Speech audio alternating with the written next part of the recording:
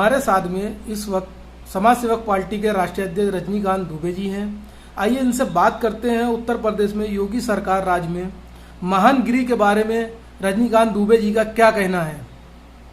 देखिए, ऐसा है कि फिलहाल भाजपा की योगी सरकार इस समय शतरंज की खेल की तरह सियासत में जनता का खूनी खेल भाजपा सरकार खेल रही है। उत्तर प्रदेश में 19/9/2021 को प्रयागराज में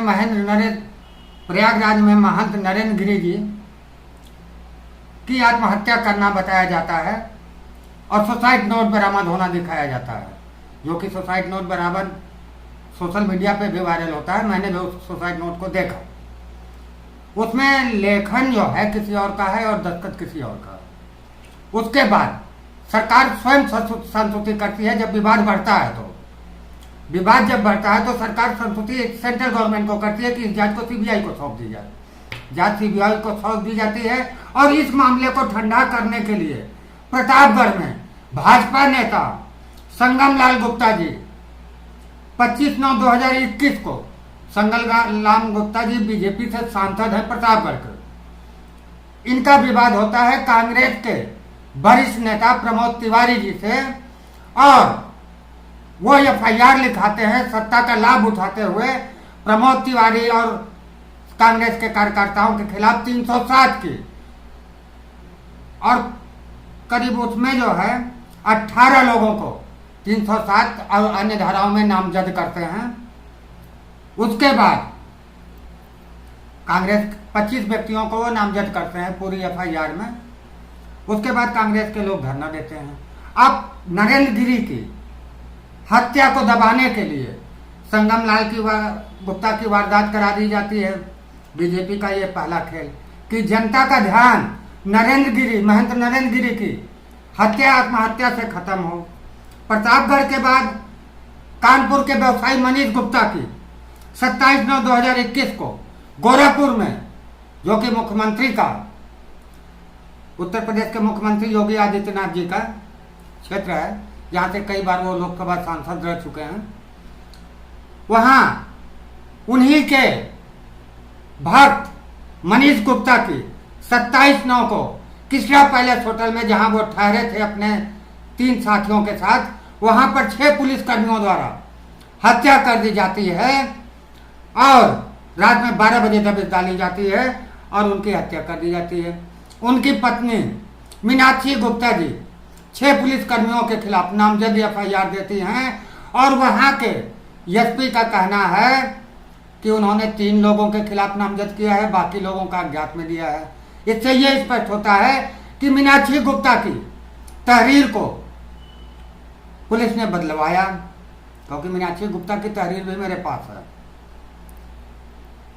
अब मनीष गुप्ता की पत्नी अपने केस की जो है सीबीआई से जांच की मांग कर रहे हैं। जब तक पुलिस इस केस को दबाने के लिए तीसरी वारदात 3/10/2021 को लखीमपुर में कराई जाती है, जिसमें उत्तर प्रदेश के उप मुख्यमंत्री केशव प्रसाद मौर्य ये कुश्ती देखने के लिए, कुश्ती के सम्मेलन के लिए आमंत्रित मुख्य अतिथि के रूप में गए थे और केंद्रीय गृह मंत्री अजय मिश्रा के पुत्र अभिषेक मिश्रा भी वहां पहुंचे थे। किसान वहां आंदोलनरत थे। उसी बीच बलवा होता है किसानों का। किसान डिप्टी सीएम को काले झंडे दिखाते हैं, उप मुख्यमंत्री केशव प्रसाद जी को, और ये लोग अपनी गाड़ियां लेके भागते हैं, जिसमें अभिषेक गुप्ता अजय मिश्रा केंद्रीय गृह राज्य मंत्री के सुपुत्र महोदय सीधा आंदोलनरत किसान गाड़ियों के ऊपर भागते हुए गाड़ी चढ़ा देते हैं, जिसमें 2 किसान मौके पे मर जाते हैं, 8 घायल होते हैं और उन 8 की भी मृत्यु हो जाती है। उसके बाद राजनीतिक और सियासत की रोटी इन सारे मामलों में सेकने के लिए सपा के मुखिया, बसपा के हमारे बड़े भाई सतीश चंद्र मिश्रा जी महासचिव हैं, वो कांग्रेस की प्रियंका जी, सभी लोग लखीमपुर पहुंचते हैं, जिसमें कोई नहीं पहुंच पाता है। अन्य जगहों भी लोगों से आते हैं। प्रश्न मेरा साधारण सा इतना है इन विपक्षी पार्टियों से सरकार तो जो कर रही है सियासत का खूनी खेल खेल रही है भाजपा जनता के साथ, उसमें जो है ये लोग किसान के आंदोलन में हिस्सा न लेकर के, आप उनका किसान का साथ न दे करके उस घटना पे अपनी सियासत की रोटी सेकने के लिए लखीमपुर पहुंच रहे हैं। लॉ एंड ऑर्डर मेंटेन करना सरकार का काम है, जो कि सरकार जिसको करने में असमर्थ है। लेकिन सरकार जो खेल खेल रही है इन 15 दिनों में, 21 तारीख से लेकर के 3/10 तक 12 दिनों में इतनी एक के बाद पहले प्रयागराज की घटना, फिर प्रतापगढ़ की घटना, फिर मनीष गुप्ता की घटना, फिर कल 3 तारीख को लखीमपुर में किसान आंदोलन में इस तरीके का कृत्य जो है भाजपा के केंद्रीय गृह मंत्री के सुपुत्र द्वारा, अजय मिश्रा द्वारा किया गया, अभिषेक मिश्रा द्वारा, जो कि अजय मिश्रा जी के सुपुत्र हैं। प्रश्न इतना था कि जब उप मुख्यमंत्री केशव प्रसाद मौर्य को ये जानकारी थी कि किसान काले कानून जो कि भाजपा सरकार ने बनाया है उसके विरुद्ध हर जगह आंदोलन कर रहे हैं, तो ये वहां पर क्या लोकल इंटेलिजेंस ब्यूरो ने सूचना नहीं दी थी सरकार को, एलआईयू ने सूचना नहीं दी थी कि वहां पर जाएंगे तो इस तरीके की वारदात हो सकती है। सीधा सा प्रश्न यह है कि भाजपा सरकार सत्ता की कुर्सी को हासिल करने के लिए 2022 की भारत की ही जनता का, उत्तर प्रदेश की जनता का सियासत की कुर्सी पाने के लिए खूनी खेल खेल रही है भाजपा, जिसको कि न तो विपक्ष समझ पा रहा है न कोई समझ पा रहा है। और इसका परिणाम जो बो रहे हैं वही काटेगी भाजपा, किसी कोई चीज नहीं काटेगी। मनीष गुप्ता के यहाँ अखिलेश यादव जी पहुंचते हैं और 20 लाख रुपए देते हैं। प्रश्न यहाँ ये उठता है कि मनीष गुप्ता की पत्नी को उनकी हत्या पुलिसकर्मी करते हैं तो 10 लाख रुपए उनकी पत्नी को दिया जाता है आर्थिक सहयोग, जिसको कि सरकार मुआवजा कहती है। हमारी समझ से वो आर्थिक सहयोग होना चाहिए। उसके उपरांत 20 लाख रुपए अखिलेश यादव जी देते हैं।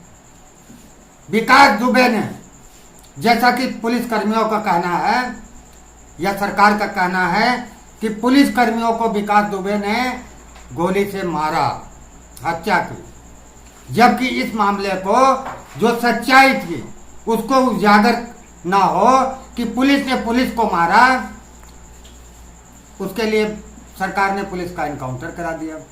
जब विकास दुबे के पुलिस कर्मियों के मारे जाने पर सरकार 1 करोड़ रुपए दे रही है, तो जो है मनीष गुप्ता की पत्नी को 10 लाख क्यों? पहला प्रश्न। दूसरा प्रश्न, उन छोटे से बच्चे का, जो मनीष गुप्ता का लड़का है 6 साल का, उसके बच्चे की पढ़ाई लिखाई, इन सब सारी चीज़ों की खर्च कौन उठाएगा? पहला प्रश्न। सरकारी नौकरी क्यों नहीं उसको दी गई?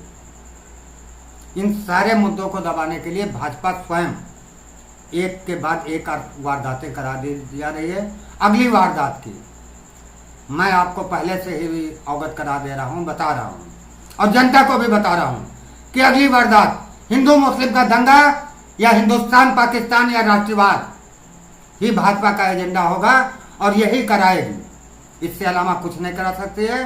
भाजपा देश का सर्वनाश करने पर